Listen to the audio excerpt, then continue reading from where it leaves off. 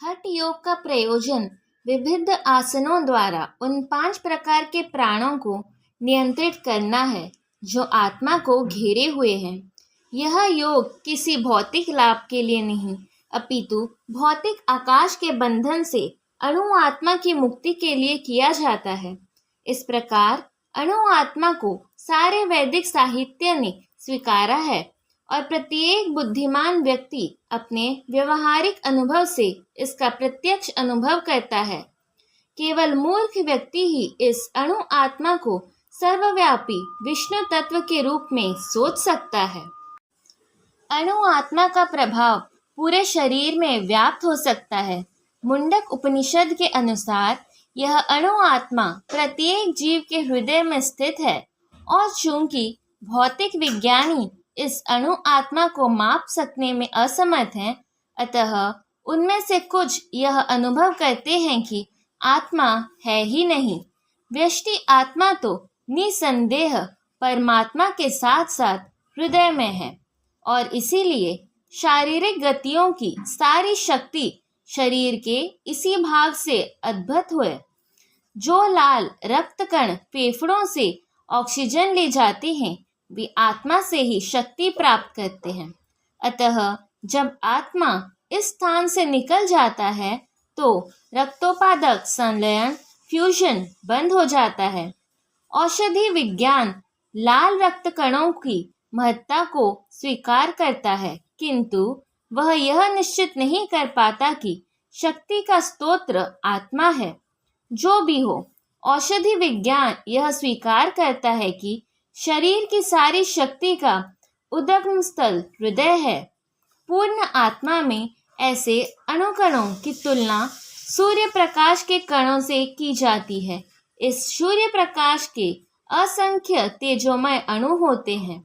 इसी प्रकार परमेश्वर के अंश उनकी किरणों के परमाणु स्फुलिंग हैं और प्रभा या पराशक्ति कहलाते हैं।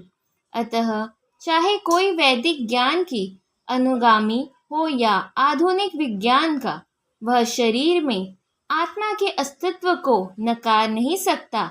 भगवान ने स्वयं भगवत गीता में आत्मा के इस विज्ञान का विशद वर्णन किया है। अविनाशी, अप्रेमेय तथा शाश्वत जीव के भौतिक शरीर का अंत असंभावी है। अतः हे भरतवंशी, युद्ध करो।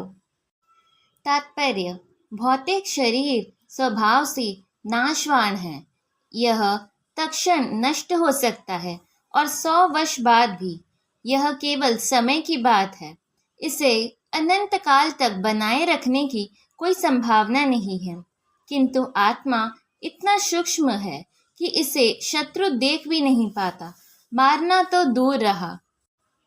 जैसा कि पिछले श्लोक में कहा गया है, यह इतना सूक्ष्म है कि कोई इसके मापने की बात सोच भी नहीं सकता। अतः दोनों ही दृष्टि से शोक का कोई कारण नहीं है, क्योंकि जीव जिस रूप में है, न तो उसे मारा जा सकता है, न ही शरीर को कुछ समय तक या स्थायी रूप में बचाया जा सकता है। पूर्ण आत्मा के सूक्ष्म कण के अपने कर्म के अनुसार ही यह शरीर धारण करते हैं। अतः धार्मिक नियमों का पालन करना चाहिए। वेदांत सूत्र में जीव को प्रकाश बताया गया है, क्योंकि वह परम प्रकाश का अंश है। जिस प्रकार सूर्य का प्रकाश सारे ब्रह्मांड का पोषण करता है, उसी प्रकार आत्मा के प्रकाश से इस भौतिक देह का पोषण होता है। जैसे ही आत्मा इस भौतिक शरीर से बाहर निकल जाता है, शरीर सड़ने लगता है। अतः आत्मा ही शरीर का पोषक है। शरीर अपने आप में महत्वहीन है, इसलिए अर्जुन को उपदेश दिया गया कि वह युद्ध करे और भौतिक शारीरिक कारणों के धर्म की बलि न होने दे। जो इस जीवात्मा को मारने वाला समझता है तथा जो इसे मरा हुआ समझता है, वे दोनों ही अज्ञानी हैं, क्योंकि आत्मा ना तो मारता है और ना मरा जाता है। तात्पर्य: जब देहधारी जीव को किसी घातक हथियार से आघात पहुंचाया जाता है, तो यह समझ लेना चाहिए कि शरीर के भीतर की जीवात्मा मरा नहीं।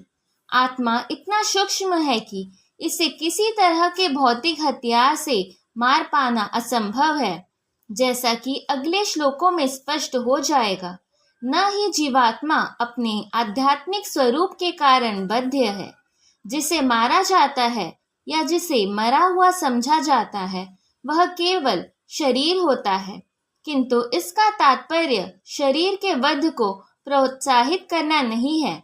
वैदिक आदेश है, किसी भी जीव की हिंसा ना करो, न ही जीवात्मा अवध है का अर्थ है कि पशु हिंसा को प्रोत्साहन दिया जाए। किसी भी जीव के शरीर की अनधीर हत्या करना निंद्य है और राज्य तथा भगवत विधान के द्वारा दंडनीय है। किंतु अर्जुन को तो धर्म के नियमानुसार मारने के लिए नियुक्त किया जा रहा था, किसी पागलपनवश नहीं। आत्मा के लिए किसी भी काल में न तो जन्म है न मृत्यु। वह तो न कभी जन्मा है, न जन्म लेता है और न जन्म लेगा। वह अजन्मा, नित्य, शाश्वत तथा पुरातन है। शरीर के मारे जाने पर वह मारा नहीं जाता। तात्पर्य, गुणात्मक दृष्टि से परमात्मा का अणु अंश परम से अभिन्न है। वह शरीर की भांति विकारी नहीं है। कभी कभी आत्मा को स्थायी या कुतस्थ कहा जाता है। शरीर में 6 प्रकार के रूपांतरित होते हैं। वह माता के गर्भ से जन्म लेता है, कुछ साल तक रहता है, बढ़ता है, कुछ परिणाम उत्पन्न करता है, धीरे धीरे क्षीण होता है और अंत में समाप्त हो जाता है। किंतु आत्मा में ऐसे परिवर्तन नहीं होते। आत्मा अजन्मा है, किंतु चूंकि वह भौतिक शरीर धारण करता है, अतः शरीर जन्म लेता है। आत्मा ना तो जन्म लेता है ना मरता है। जिसका जन्म होता है उसकी मृत्यु भी होती है, और चूंकि आत्मा जन्म नहीं लेता, अतः उसका ना तो भूत है, न वर्तमान, न भविष्य। वह नित्य, शाश्वत तथा सनातन है, अर्थात उसके जन्म लेने का कोई इतिहास नहीं है। हम शरीर के प्रभाव में आकर आत्मा के जन्म, मरण आदि का इतिहास खोजते हैं। आत्मा शरीर की तरह कभी भी वृद्ध नहीं होता, अतः तथाकथित वृद्ध पुरुष भी अपने में बाल्यकाल या युवावस्था जैसी अनुभूति पाता है। शरीर के परिवर्तनों का आत्मा पर कोई प्रभाव नहीं पड़ता। आत्मा वृक्ष या किसी अन्य भौतिक वस्तु की तरह क्षीण नहीं होता। आत्मा की कोई उपसृष्टि नहीं होती। शरीर की उपसृष्टि संतानें हैं, और वे भी वृष्टि आत्माएं हैं, और शरीर के कारण वे किसी न किसी की संतानें प्रतीत होती हैं। शरीर की वृद्धि आत्मा की उपस्थिति के कारण होती है, किंतु आत्मा के न तो कोई उपवृद्धि है, न ही उसमें कोई परिवर्तन होता है। अतः आत्मा शरीर के 6 प्रकार के परिवर्तन से मुक्त है। इस श्लोक का अर्थ तथा तात्पर्य भगवद गीता के श्लोक जैसा ही है। कठोपनिषद में इसी तरह का एक श्लोक आया है, किंतु इस श्लोक में एक विशिष्ट शब्द विपश्चित का प्रयोग हुआ है, जिसका अर्थ है विद्वान या ज्ञानमय। आत्मा ज्ञान से या चेतना से सदैव पूर्ण रहता है, अतः चेतना ही आत्मा का लक्षण है। यदि कोई हृदयस्थ आत्मा को नहीं खोज पाता, तब भी वह आत्मा की उपस्थिति को चेतना की उपस्थिति से जान सकता है। कभी कभी हम बादलों या अन्य कारणों से आकाश में सूर्य को नहीं देख पाते, किंतु सूर्य का प्रकाश सदैव विद्यमान रहता है, अतः हमें विश्वास हो जाता है कि यह दिन का समय है।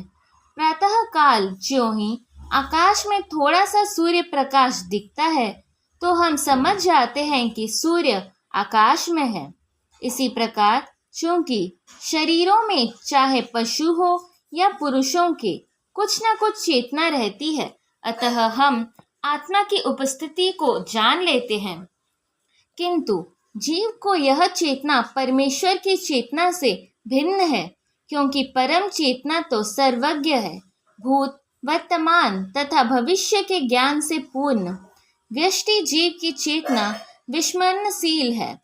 जब वह अपने वास्तविक स्वरूप को भूल जाता है तो उसे कृष्ण के उपदेशों से शिक्षा तथा प्रकाश और बोध प्राप्त होता है। किंतु कृष्ण विस्मरणशील जीव नहीं है। यदि वे ऐसे होते तो उनके द्वारा दिए गए भगवद गीता के उपदेश व्यर्थ होते। आत्मा के दो प्रकार हैं, एक तो अणु आत्मा और दूसरा विभु आत्मा। कठोपनिषद में इसकी पुष्टि इस प्रकार हुई है। हठ योग का